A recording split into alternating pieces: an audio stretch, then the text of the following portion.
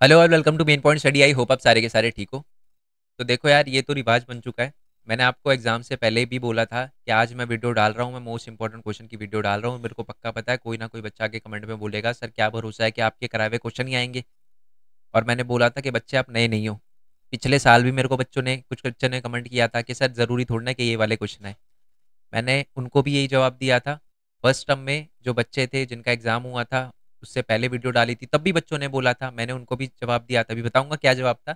और आज आप ये बात बोल रहे हो, एग्ज़ाम के दिन जो है आपको भी मैं यही जवाब दूंगा कि जी क्वेश्चन पेपर मेरे को सेंड करना, एग्ज़ाम जैसे ही ख़त्म हो जाए। सेंड करने के बाद मेरे को कॉल करना, और उस टाइम हम बात करेंगे कि जी क्या मैच आया है क्या नहीं आया। और उस दिन आपको बताना, उस दिन आप मेरे को बताना कि क्या चीज़ें मैच हो रही है क्या चीज़ें नहीं हो रही। और मैं वेट कर रहा हूँ मेरे को अभी तक एक भी उस बच्चे का कॉल नहीं आया। ठीक है जी। चलो एक बात और यार, इस वीडियो को बनाने का मोटिव ऐसे किसी बच्चे को ये बोला नहीं है कि जी आप गलत थे, मैं ऐसा ही नहीं यार, मैं ऐसा काम नहीं करता। मेरे को पता है कि बच्चों के दिमाग में डर तो रहता ही है कि यार आएंगे नहीं आएंगे, इस पे विश्वास करे या ना करे। और इस वीडियो को बनाने का पर्पज भी यही है। बनाने का पर्पज ये है कि भैया अभी आपका हिस्ट्री का एग्जाम भी रहता है, वो भी बचा हुआ है। दूसरी बात है, कल भी बहुत सारे बच्चों का, क्योंकि मॉर्निंग इवनिंग शिफ्ट होती है ना, तो कल भी बच्चों का जो है वो पोल साइंस का एग्जाम है। मैं उनको भी बोलूंगा भाई, एक भी क्वेश्चन पीडीएफ के अंदर से छोड़ने की गलती मत करना। एक फर्स्ट बुक की पीडीएफ अपलोड कर रखी है, एक सेकंड बुक की पीडीएफ अपलोड कर रखी है, एक भी क्वेश्चन मत छोड़ना। मैंने दोबारा से बोला है। और यहाँ पर मैं एक बात और बता दूं आपको, मैं सिर्फ आपके ये वाले क्वेश्चन मैच नहीं कराऊंगा कि जी मैंने 30 का क्वेश्चन ये वाला मैच करा, मैं और वाले क्वेश्चन भी मैच करवाने वाला हूँ। ठीक है जी। और ये कल का जो आपका पेपर होगा ना, उसमें भी सेम चीज़ होगी। ओके। मैं सोचा था पहले लाइव लूँ, फिर 1.5-2 घंटे लग जाते हैं उसके अंदर, तो मैंने सोचा खुद ही आराम से वीडियो बना दूँ। अगर फिर भी आपके दिमाग में, पहली बात तो यार ये वेरीफाई कर देना कि यही क्वेश्चन पेपर है ना आपका। कई बच्चे बोले कि सर नहीं यही क्वेश्चन पेपर नहीं है ना, यही क्वेश्चन पेपर है ना। दूसरी बात, मैंने जो मोस्ट इंपॉर्टेंट क्वेश्चन की पीडीएफ बनाई थी वो यही वाली पीडीएफ है ना, है ना। ये फर्स्ट बुक की हो गई और हमारी ये सेकंड बुक की पीडीएफ है। मैं ऊपर नीचे इसलिए नहीं कर रहा क्योंकि मैंने क्वेश्चन के आंसर खोले हुए हैं, क्योंकि पीडीएफ है फिर ऊपर नीचे करने में टाइम लग जाता है। यही वाली पीडीएफ है ना, जिन बच्चों ने डाउनलोड करी होगी ना बहुत अच्छे से पता होगा। अब आ जाते हैं जी, मैं मैच करवाना शुरू करता हूँ। ठीक है। तो पहले मैं 6-6 नंबर के मैच कराऊंगा, फिर 4-4 के, फिर एमसीक्यू पे भी जाएंगे। ठीक है जी। आ जाओ जी। तो पहला क्वेश्चन क्या लिखा हुआ है, क्वेश्चन नंबर 13, कि नागरिकता को परिभाषित कीजिए और भारतीय नागरिकता को प्राप्त करने के क्या तरीके हैं वो बताइए। ये रही जी हमारी पीडीएफ, चेक कर लो जी। क्या लिखा हुआ है क्वेश्चन, कि नागरिकता का अर्थ बताइए और राज्य की नागरिकता कैसे प्राप्त कर सकते हैं वो तरीके बताइए। पूरा मैच कर रहा है नहीं कर रहा, कोई भी लाइन जो वर्ड है वो अलग है। एक बात और बता दूं, जिस बच्चे का कल एग्जाम है ना, एक बात और आपको बहुत अच्छे से बता रहा हूँ, कि सिर्फ ऐसा नहीं है कि मैंने पीडीएफ दी। और वैसे मैंने हमेशा ये बात बोलता हूँ मैं आपको, ऐसा नहीं कि मैंने पीडीएफ दी तो रट्टा मारने बैठ जाओ। भैया वीडियो देखना, उसकी वीडियो से सारी चीजें समझनी है। ठीक है, क्योंकि बिना कॉन्टेक्स्ट के आप ढंग से आंसर नहीं लिख पाओगे। लिख तो दोगे आंसर, बल्कि कुछ बच्चे तो ये भी होंगे कि सर ये नागरिकता को परिभाषित कीजिए और भारतीय नागरिकता प्राप्त करने के मापदंडों से संक्षेप में उल्लेख कीजिए, और ये वाले क्वेश्चन में डिफरेंस है। अगर आप ये सोच रहे हो कि दोनों के दोनों क्वेश्चन अलग हैं, तो दिक्कत है भैया, फिर तो समझ रहे हैं दोनों क्वेश्चन एकदम सेम है। ठीक है, दोनों में कुछ अलग नहीं है। और ये तो छोटी सी बात है, बट फिर भी मेरे को बतानी पड़ती है बात, क्योंकि बहुत सारे बच्चे ये भी बोलते हैं कि नहीं सर अलग है। एक बार क्या हुआ था, वही मैंने कितनी बार बता रखी है बात। बच्चे कह रहे थे क्वेश्चन आया था कि संविधान हमारे लिए क्यों जरूरी है। बच्चे बोल रहे कि सर ये तो क्वेश्चन करवाया नहीं। फिर मैंने दिखाया भाई, महत्व और संविधान हमारे लिए क्यों जरूरी है सेम ही बात है। चलो, सेकंड वाला मैच करवाता हूँ कि राष्ट्रवाद क्या है और आधुनिक विश्व में राष्ट्रवाद के सामने आने वाली चुनौतियां बताओ, कठिनाई बताओ, एक ही बात है। तो देखो, पहली बात तो मैं आपको ये भी बता दूं कि सामने जो आपको पीडीएफ दिख रही है ना, ये हमारे नागरिकता का ये वाला पेज और ये वाला पेज, बस नागरिकता का चैप्टर खत्म। सिर्फ 3-4 क्वेश्चन बताए थे नागरिकता के, और उसमें से एक ही बड़ा क्वेश्चन बताया था, वो ही आ गया। ये राष्ट्रवाद की डेफिनेशन लिखी। सर कठिनाई तो दिखाओ, मेन तो कठिनाई है, लो जी कठिनाई भी देख लो ये वाली। ठीक है। अब आप कहोगे सर ये तो छोटे छोटे पॉइंट, अरे भैया मैंने आपको बोला तो था, अगर मैं सारे के सारे, क्योंकि देखो सांप्रदायिकता, जातिवाद, क्षेत्रवाद, भाषावाद, नस्लवाद, बिल्कुल अच्छे से आपको वैसे ही इस वर्ड का मतलब पता है। बट जब मैंने आपको वीडियो बना के समझाया था तो मैंने आराम से 5-6 मिनट लगाए थे, और मैंने बोला था कि मैंने कहा भैया अगर सांप्रदायिकता एक्सप्लेन करने बैठूंगा तो बहुत लंबे हो जाएगा। आप मेरी बात सुनो और वही एग्जाम में लिख कर आना।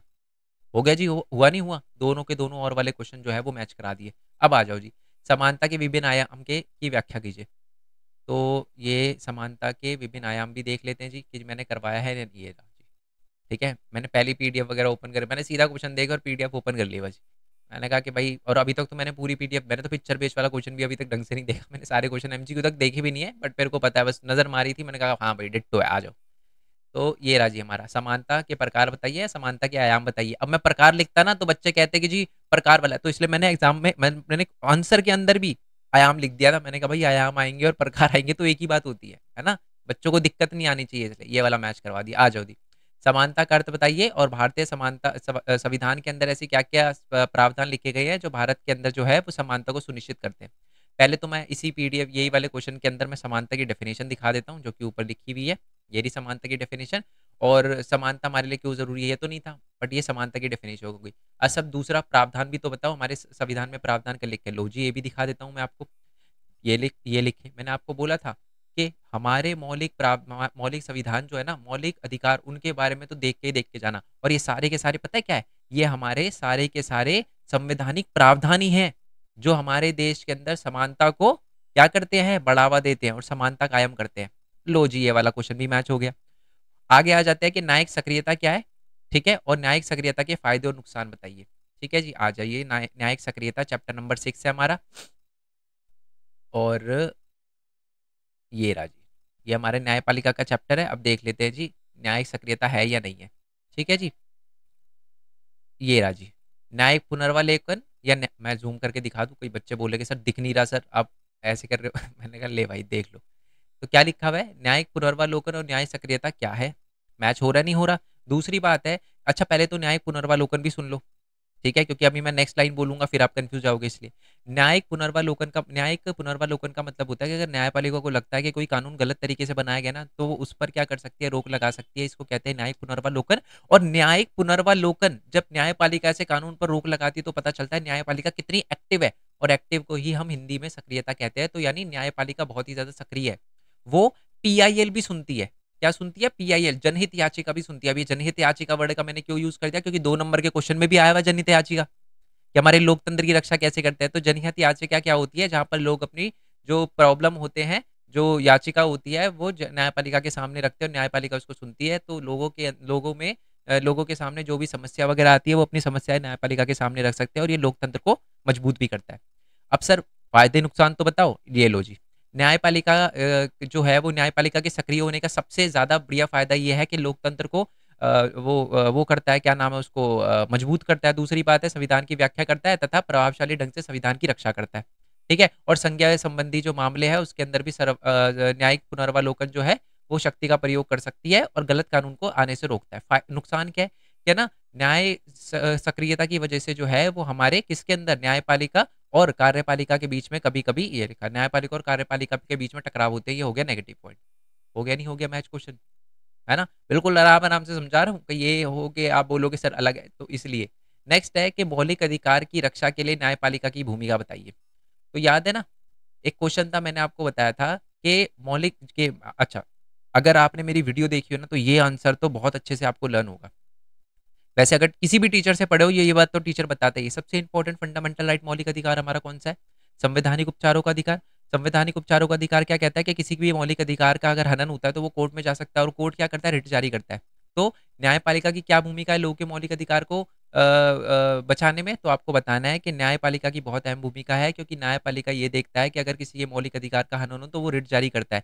वो ये देखता है कि अगर विधायिका ने कोई कानून बनाया, अभी वही वही न्यायिक सक्रियता वाली बात आ गई। न्यायपालिका ने अगर कोई कानून बनाया है, ठीक है, और जो सॉरी न्यायपालिका कह रहा हूँ, अगर विधायिका ने कोई कानून बनाया और अगर वो गलत है, तो न्यायपालिका क्या करती है, अपनी भूमिका निभाती है और न्यायिक पुनर्वालोकन लगा के कानून को रोक देती है। और इससे पता चलता है न्यायपालिका सक्रिय भी है, और इससे कभी कभार रक्षा तो होती है हमारे मौलिक अधिकार में, बट कभी ना कभी प्रॉब्लम भी क्रिएट होती है। सेम क्वेश्चन है नहीं है एक्चुअल में, ये और के है ना, ये दोनों के दोनों बहुत ज्यादा डिफरेंस नहीं है, दोनों का कॉन्टेक्स्ट ऑलमोस्ट ऑलमोस्ट सेम है और वाले क्वेश्चन का, सर 27 28 के दोनों पार्ट का। अब आ जाते हैं जी, हमारे 6 के 6 मौलिक अधिकार के बारे में बताओ। ओके जी, आ जाते हैं इस वाले क्वेश्चन पे, है ना। कहाँ गया जी, ये वाला, ऊपर आ जाते हैं। ये रहे जी हमारे 6 के 6 मौलिक अधिकार। बच्चे ना उस टाइम मेरे को बोल रहे थे कि सर हमें 6 के 6 लर्न करने पड़ेंगे। मैंने कहा था भैया करके जाओ 6 के 6 लर्न। बस यही एक ऐसा क्वेश्चन था जो मैंने बोला था भाई, यही क्वेश्चन ऐसा है जो बड़ा क्वेश्चन है, ये तो करना ही पड़ेगा। क्योंकि इसमें देखो अभी तक 2 क्वेश्चन, एक तो ये हो गई प्रावधान हो गई, दूसरी बात है क्वेश्चन यही है कि देखो मौलिक अधिकार के बारे में बताओ, उनका महत्व बताओ। अब महत्व और मौलिक अधिकार के बारे में आप देखो क्वेश्चन में ही लिखा है कि 6 मौलिक अधिकार का महत्व बताइए, तो एक एक मौलिक अधिकार के बारे में बताना है और बताना है क्यों जरूरी है। जैसे समानता का अधिकार हमें ये सारे के सारे मौलिक अधिकार प्रदान करता है और इसलिए जरूरी है ताकि लोगों के अंदर समानता बनी रहे। तो ये वाला क्वेश्चन भी मैच हो गया। मौलिक अधिकार और नीति निर्देश तत्वों में अंतर या उनके बीच में संबंध, ये लो जी, इसके जस्ट ऊपर क्वेश्चन मैंने यही दे रखा है। मैच होगा नहीं होगा, 6 नंबर का हर एक क्वेश्चन विद और मैच करवा दिया ना दोस्तों। आ जाओ जी, तसल्ली करते हैं और भी बाकी क्वेश्चन में कि सिर्फ सर 6 नंबर वाले ही मैच हो रहे हैं क्या? मैंने कहा जी नहीं, 6 नंबर वाले ही मैच नहीं हो रहे, सारे ही मैच हो रहे हैं। आ जाओ जी। तो कहाँ से शुरू करें? अ, चलो जी, यहाँ से शुरू करते हैं। 2 नंबर का क्वेश्चन है, पंचायती व्यवस्था के बारे में संक्षेप में टिप्पणी करें। कितना संक्षेप में? मैंने तो इतना संक्षेप में बताया है कि भैया क्या ही बताएँ, आगे आ जाते हैं।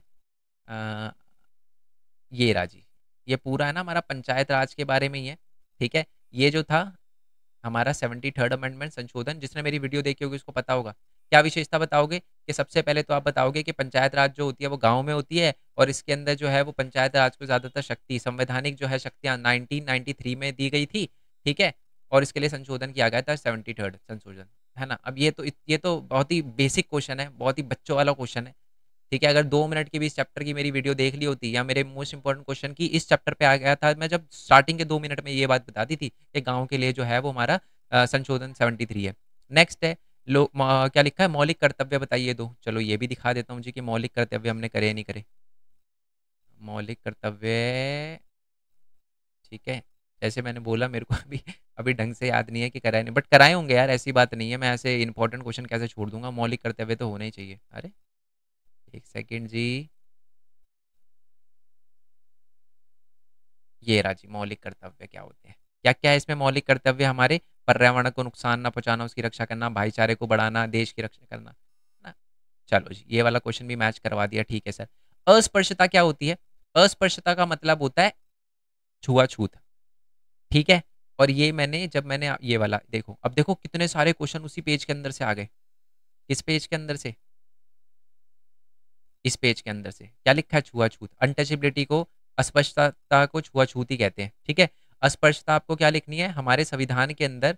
ये कौन सा हो गया देखो, 14, 15, 16, 17, अनुच्छेद 17 ये कहता है कि भारत के अंदर छुआछूत जो है वो पूरी तरह खत्म हो जानी चाहिए, जाति वाति के नाम पे भेदभाव नहीं होने चाहिए। इजी क्वेश्चन, ठीक है? उसी पेज के अंदर से देखो कितने सारे क्वेश्चन बने अभी तक हमने जो देखे हैं। नेक्स्ट आ जाते हैं, राजनीतिक सिद्धांत का मुख्य उद्देश्य बताइए, यानी राजनीतिक सिद्धांत हम क्यों पढ़ते हैं? आ जाओ जी, राजनीतिक सिद्धांत वाले पे आ जाते हैं। राजनीतिक सिद्धांत क्या है और हम राज ये देखो आ गया जी उसका महत्व, ये लोगों नीचे भी महत्व लिखा है, कोई सा भी लिख दो आप, दोनों के दोनों राजनीतिक सिद्धांत क्यों, तो उसका महत्व यहाँ मुख्य उद्देश्य पूछा है, ताकि हमें जो भी अलग अलग सब्जेक्ट, ये तो बेसिक इतना तो पता ही है आपको कि जो भी हम राजनीति के अंदर पढ़ते हैं, जो भी चाहे न्याय हो, लोकतंत्र हो, उनके बारे में गहन चीज़ों को समझना, यही हमारा राजनीतिक सिद्धांत का मुख्य उद्देश्य होता है। नेक्स्ट है, भारत के संघवाद में और अमेरिका के संघवाद में क्या अंतर है? इसको अभी हॉल्ट पे डालते हैं, ठीक है? हॉल्ट पे क्यों डालते हैं? क्योंकि ये क्वेश्चन मैं आपको बताऊंगा, ठीक है? ये एक्चुअल में एक बड़े आंसर के अंदर पॉइंट लिखा हुआ है, ठीक है? तो अभी मैं वो आंसर दिखाऊंगा आपको। अभी अभी मैंने बताया ना जनहित याचिका, आ गया ना ये जनहित याचिका, लोकतंत्र को कैसे मजबूत करता है, वो उसी का पार्ट है। चलो जी, मेरे को याद है क्वेश्चन नंबर 17 अभी दिखाना बाकी है, याद रखना। भारत में धर्मनिरपेक्षता के सामने आने वाली चुनौतियां, बिल्कुल पीडीएफ का सेकंड लास्ट क्वेश्चन है, मेरे को अभी भी याद है, कल ही मैंने वीडियो बनाई थी।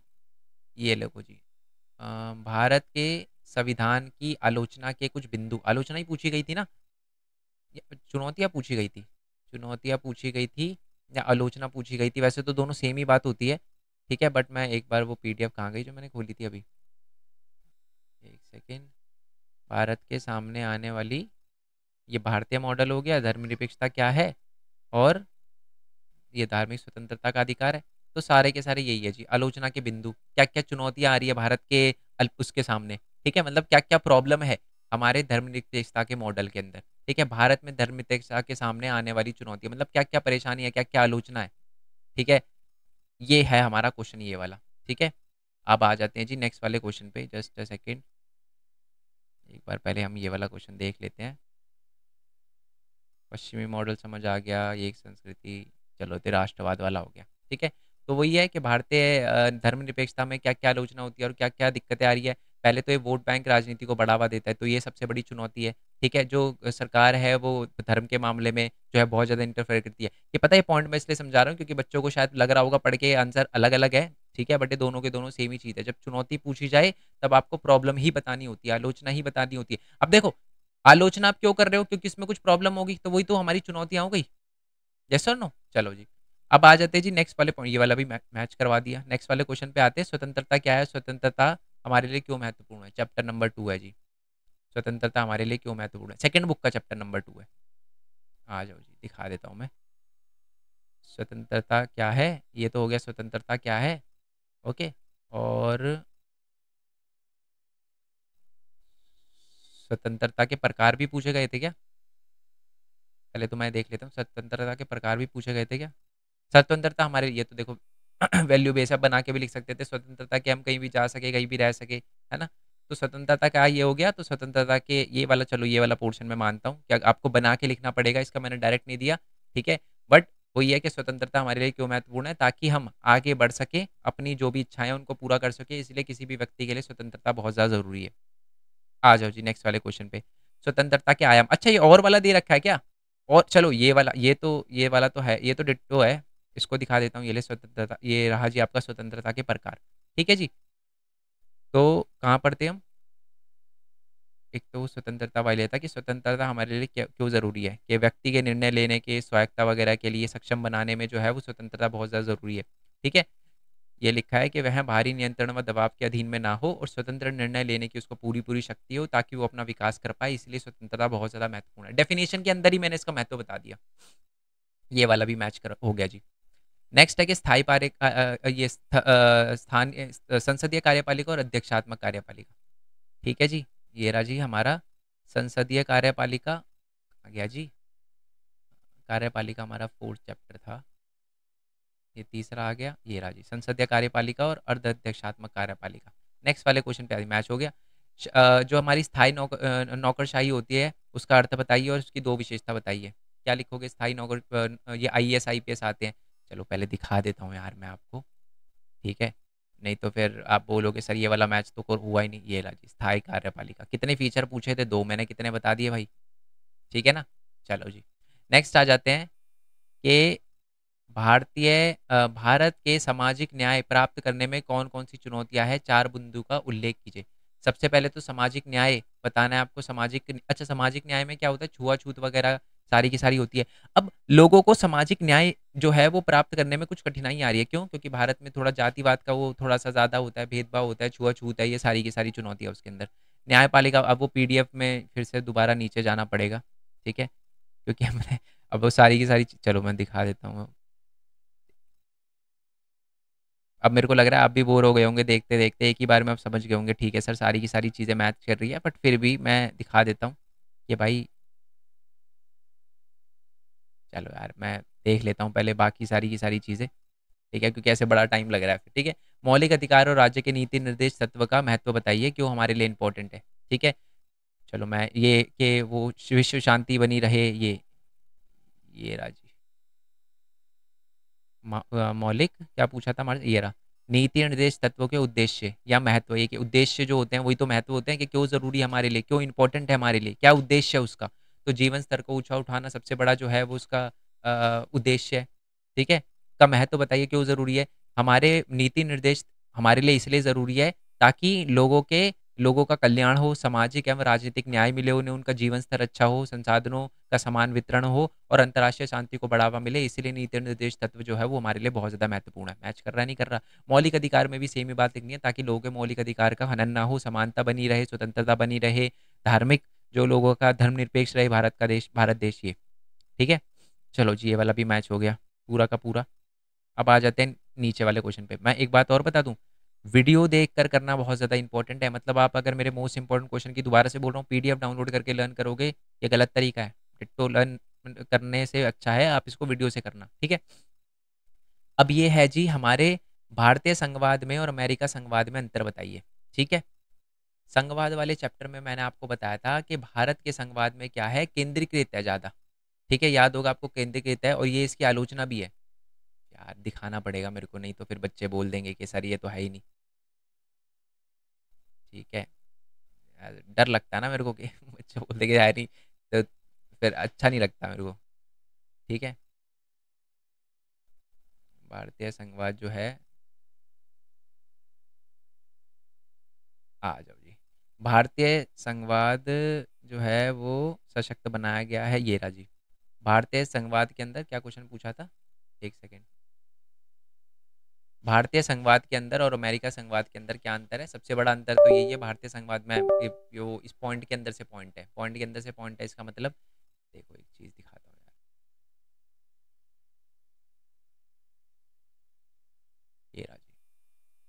तो भारत के संघवाद का मैं आपको बताता हूँ, भारत के संघवाद में क्या चीज़ है कि भारत के संघवाद में जो केंद्र सरकार है ना, उसके पास बहुत ज़्यादा शक्तियाँ हैं। केंद्र सरकार जो है ना, बहुत ज़्यादा शक्तियाँ उनके पास, ठीक है? जैसे वो किसी भी राज्य का नाम चेंज कर सकती है ना? ये सारी की सारी चीज़ें कर सकती है। बट अमेरिका के, मैंने आपको बताया था, संघवाद के अंदर ऐसा नहीं है। अमेरिका के संघवाद के अंदर जो भी राज्य होते हैं ना, अलग-अलग स्टेट होते हैं, उनके पास ज़्यादा पावर होती है भारत के संघवाद से। ठीक है? भारत के संघवाद के अंदर जो ये स्पेशल यूनिट होती है, जो स्टेट होते हैं हमारे, उनके पास ज़्यादा पावर नहीं होती, और यही सारे के सारे उन चीज़ का उदाहरण है। बट हमारे अमेरिका के अंदर जो है, वो स्टेट जो होती है ना, उनके पास थोड़ी ज़्यादा पावर होती है। ठीक है? तो ये वैसे बना के लिखने वाला आंसर था, ठीक है? बट मैंने इसका कॉन्टेक्स्ट भी आपको बता रखा है। आ जाओ जी। ये तो हो गए सारे के सारे, मैंने 6 नंबर के 4 नंबर के मैच करवा दिए। मैं मैप भी बता देता हूँ। वैसे मैप भी जो है, मैप की अलग से वीडियो नहीं बनाई है, मैप की अलग से कोई भी वीडियो नहीं बनाई थी मैंने। पर अब देखो कितना ईज़ी है ये। देखो, 15 नवंबर 2000 में बिहार से अलग होकर बनने वाला राज्य कौन-सा है? अब थोड़ा-सा दिमाग लगाओ, बिहार से बना है, तो बिहार के पास ही होगा ना? ये रहा जी बिहार। बिहार के पास कौन-सा है? या तो यूपी है या झारखंड है। यही है ना? या तो यूपी है या झारखंड है। अब एक काम करते हैं, यहाँ तो यूपी लिख लेते हैं या झारखंड लिख लेते हैं। भाषा के नाम पे बनने वाला, कहाँ गया ये? भाषा के आधार पे बनने वाला भारत का सबसे पहला राज्य आंध्र प्रदेश। आंध्र प्रदेश, विशाल आंध्रा मूवमेंट चला था, पिक्चर बेस्ड क्वेश्चन से है ये भी वैसे। ठीक है? तो यानी हमारा आंध्र प्रदेश सी है। तो यानी इसका आंसर तो सी है। ठीक है? मैंने मैप बताया नहीं है, बट मैं फिर भी बता रहा हूँ। मैंने मैप की कोई वीडियो नहीं बनाई, ठीक है? तो मैंने मैप का कोई क्लेम भी नहीं करा था। मैंने कहा था कि जो इंपॉर्टेंट क्वेश्चन आएंगे रिटर्न वाले, वो सारे कराऊंगा। बट मैप मैंने इसलिए नहीं बनाया था क्योंकि पहले बना दिए होंगे, बट अभी लेटेस्ट मैंने वीडियो नहीं डाली थी, तो पता नहीं आपने देखा होगा मेरी मैप की वीडियो या नहीं देखी होगी। ठीक है? नेक्स्ट है आपका कि भारत में गैर कांग्रेस की सरकार कहाँ बनी थी? ये तो याद होगा, मैंने आपको केरला का एग्जांपल दिया था।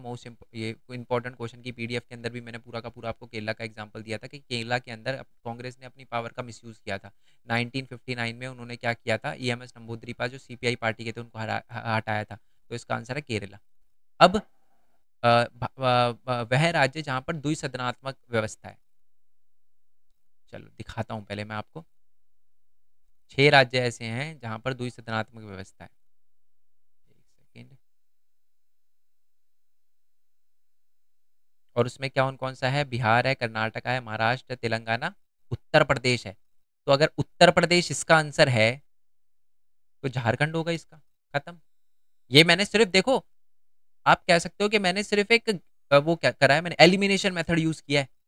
वैसे तो मेरे को डिट्टो सीधा सीधा आंसर मैं डायरेक्टली भी लिख सकता था, बट मैंने आपको बताया कि कैसे अटेम्प्ट कर सकते थे। वही वाली बात है, जिनका कल एग्जाम है उनको बड़ी हेल्प होगी इससे। अब आ जाते हैं जी इन वाले क्वेश्चन पे। ये वाला एमसीक्यू देख लेते हैं। कार्टून बेस्ड भी मैंने जो है वो बहुत पहले वीडियो बनाई थी, लेटेस्ट कोई वीडियो नहीं बनाई, तो इसको भी मैं क्लेम नहीं करता, बट बहुत ईजी है। इस कार्टून में क्या दिखाया गया है? टिकट वगैरह बट रही है, तो यानी ये भारत के ये चुनाव की तैयारी को दिखाता है। इस पिक्चर में जो है वो जो कार्टून जो है किस चीज़ को दिखाता है? चुनाव के दौरान जो है वो राजनीतिक प्रतिस्पर्धा को दिखाता है, टिकट लेने के लिए भाग रहे हैं। ये कब की फोटो है? फर्स्ट इलेक्शन की है। फर्स्ट ये बनाई वैसे 1957 में गई थी पिक्चर, ठीक है? उसको दिखाता है। नेक्स्ट है, कौन से आम चुनाव की बात हो रही है? दूसरे, क्योंकि 1957 में सेकंड आम चुनाव हुआ था, तो यानी 50 के दशक की। ठीक है जी। चलो, तो ये तो वो वाला क्वेश्चन था। आगे आ जाते हैं जी। हो गए ना सारे? अब आ जाते हैं, और कोई क्वेश्चन रह तो नहीं गया? ये वाला क्वेश्चन रह गया। पहले तो इस पे आ जाते हैं कि ये बताओ कि अस्पृश्यता का अंत होना चाहिए। ये मौलिक अधिकार में, मौलिक अधिकार हमारे संविधान के भाग 3 में लिखे गए हैं। डिफरेंस में लिखा हुआ था ना ये यार, दिखा देता हूँ मैं आपको। मौलिक अधिकार हमारे संविधान के भाग 3 में लिखे गए हैं, ठीक है? तो ये संविधान के भाग 3 में लिखे हुए हैं। दूसरी बात है, अब इस वाले क्वेश्चन पे आना। क्या लिखा हुआ है? पैराग्राफ छोड़ दो आप, कभी भी पैराग्राफ को रीड करने की कोशिश मत करो, क्योंकि बहुत बार होता है उसके अंदर आंसर नहीं होता। गांधी जी के सिद्धांतों से प्रभावित होकर भारत के संविधान में कौन सा प्रावधान जोड़ा गया है? तो यहाँ पर है ना, आपको एक चीज दिख रही होगी, नीति निर्देश तत्व। तो संपत्ति का अधिकार नीति निर्देश तत्व नहीं है। दल बदल का प्रावधान नीति निर्देश तत्व नहीं है। समान नागरिक संहिता और पंचायत की स्थापना है, इन दोनों में नीति निर्देश तत्व, और ये दोनों ही नीति निर्देश तत्व है। तो यहाँ पर वैसे समानता की बात हो रही है और स्वतंत्रता की बात हो रही है, तो आंसर ये भी है, ठीक है? बट की देखनी पड़ेगी कि पंचायत राज की स्थापना भी हो सकती है, बट यहाँ पर कोई भी पंचायत राज का कोई पैराग्राफ नहीं लिखा, तो इसका आंसर यही होना चाहिए। यस और नो? बट अरे बाप रे, बढ़िया क्वेश्चन है। देखो, होकर भारत के संविधान में कौन सा प्रावधान जोड़ा गया है? तो इसको संवैधानिक दर्जा नहीं मिला अभी तक, इसको संवैधानिक दर्जा मिल चुका है, ये भी नीति निर्देश तत्व है, तो इसका आंसर यही होगा, पंचायत की व्यवस्था, क्योंकि अब संविधान में ऐड हो चुका है। 1993 में इसको संवैधानिक दर्जा मिल गया था, इसको नहीं मिला। कितना बढ़िया क्वेश्चन है यार, मैं इंप्रेस हो गया इस वाले क्वेश्चन से। तो ठीक है, मतलब थोड़ा देख कर करने वाला था ये वाला। अब आ जाओ जी फर्स्ट वाले क्वेश्चन पे। संविधान सभा का अध्यक्ष कौन था? हमारे राजेंद्र प्रसाद थे। हमारे भारतीय अवशिष्ट शक्ति, आई होप आपने करा हो, आयरलैंड के अंदर से ली गई है।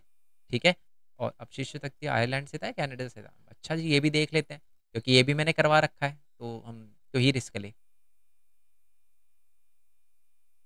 अवशिष्ट शक्तियाँ कनाडा से है जी। आ जाओ जी, कनाडा हो गया हमारा। नेक्स्ट है हमारा, ये मिलान वगैरह करना है, तो जो हमारा निचला सदन है वो कहते हैं लोकसभा को, उचला सदन कहते हैं राज्यसभा को। तो वन का बी, बी का सेकंड का ए होगा, सेकंड का ए होगा, सेकंड का ए, यानी इन दोनों में है सेकंड का ए। अब आप देख लेते हैं कि धन विधेयक में ज़्यादा पावर किसके पास होती है? लोकसभा में प्रस्तुत किया जाता है, थर्ड का डी होगा, इसका आंसर है ये। ठीक है, नेक्स्ट वाले क्वेश्चन पे आते हैं कि आपको बताना है धर्मनिरपेक्ष की क्या अर्थ है, कि राज्य के द्वारा सभी धर्मों को समान आदर दिया जाएगा, यही पूछा ना अर्थ? हाँ, यही होगा। नेक्स्ट है कि 74th अमेंडमेंट में क्या बोला गया था कि हमारे ये कहीं ना कहीं शहर के लिए बनाया गया था, स्थानीय सरकार को मजबूत करता है, सही बात है। इसमें क्या किया था? ग्रामीण स्तर के ग्राम सभा की स्थापना की गई थी 74th में, 74th में नहीं करी गई थी, 73 में करी गई थी, तो सिर्फ फर्स्ट सही है और सेकंड जो है वो गलत है। नेक्स्ट आ जाते हैं आपका ये वाला, ये मेरे को ढंग से दिखा नहीं, पर मेरे को इतना समझ आया कि यहाँ पर महिलाओं के लिए पंचायत में 50% सीटें रिजर्व करने की बात करी गई है, और सबसे एंड में है, तो फर्स्ट सबसे एंड में होगा। चलो जी, डी है इसका आंसर। ठीक है, नेक्स्ट है ये वाला, दिख रहा है आपको कि कौन सा इसमें से गलत लिखा है ना, गलत जोड़े को, ये थोड़ा धुंधला दिख रहा है, बच्चे ने फोटो अच्छे से नहीं भेजी। तो इसका राष्ट्रपति है कि राष्ट्रपति राज्यसभा की अध्यक्षता करते हैं, इसमें लिखा बट नहीं करते, अध्यक्षता नहीं करते। 91st अमेंडमेंट में कितने परसेंट बोला गया था, कितने परसेंट संशोधन? 15% होना चाहिए, ये भी करवाया हुआ है। ठीक है, अब आप मेरे को इसका आंसर बताना कि आपने क्या लिखा है, राजनीतिक शास्त्र के पिता जो है वो किसको माना जाता है। ठीक है, थोड़ा हम भी तो देखें भाई। नेक्स्ट वाले क्वेश्चन, ये छोड़ रहा हूँ मैं, अभी बताऊंगा आपको। इस वाले क्वेश्चन पे आ जाते हैं कि राजनीतिक सिद्धांत के विषय में निम्न में से कौन सा जो वो है, क्या नाम लिखा हुआ है, वो कौन सा कथन जो है वो सत्य है? तो अरे पवर ये नहीं है, केवल कानून नहीं है, ठीक है, कानून का निर्माण नहीं देखते, स्वतंत्रता लोग जैसे जैसे उपेक्षा करना यानी बेइज्जती करना, ये भी नहीं होगा, ये होगा। नेक्स्ट है कि इसमें क्या दे रखा है हमारा, कि नेक्स्ट है हमारा, एक सेकंड, ऊपर कुछ क्वेश्चन छोड़, अच्छा ये वाले क्वेश्चन छोड़ा था।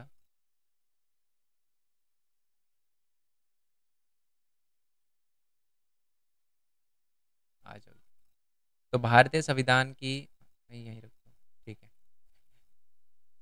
कहाँ पढ़ते हैं हम? भारतीय संविधान के हमारे जो अनुसार निम्नलिखित में से कौन सा प्रावधान जो है वो सामाजिक न्याय को मजबूत करता है? अस्पृश्यता का अंत, यही सामाजिक न्याय को मजबूत करता है, संपत्ति का नहीं करता, बिना रुकावट ये नहीं करता, ये नहीं करता, क्योंकि अभिव्यक्ति की आज़ादी में थोड़ी बहुत जो है वो रुकावट होनी चाहिए। ठीक है, ऐसा ना को बिल्कुल ना हो। ओके, नेक्स्ट है हमारा, नेक्स्ट वाला क्वेश्चन, ये लास्ट क्वेश्चन है।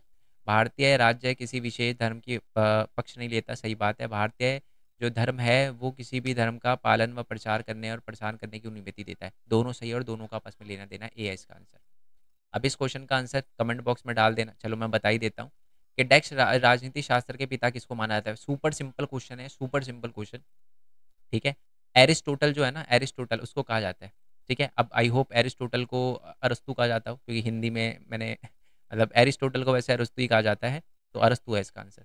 ठीक है, सुकरात जो है वो सुक्रोटस को कहा जाता है, तो इसका आंसर है अरस्तु। क्लियर हो गया? आई होप ये सारे के सारे क्वेश्चन आपको समझ आ गए हो। कोई भी क्वेश्चन छोड़ने की गलती भाई मत करना, मोस्ट इंपॉर्टेंट क्वेश्चन के। मिलते हैं जी नेक्स्ट वीडियो में, तब तक के लिए जय हिंद। हिस्ट्री के एग्जाम के लिए रेडी हो जाओ, तब तक के लिए जय हिंद, जय भारत, वंदे मातरम। Thanks for support, bye bye.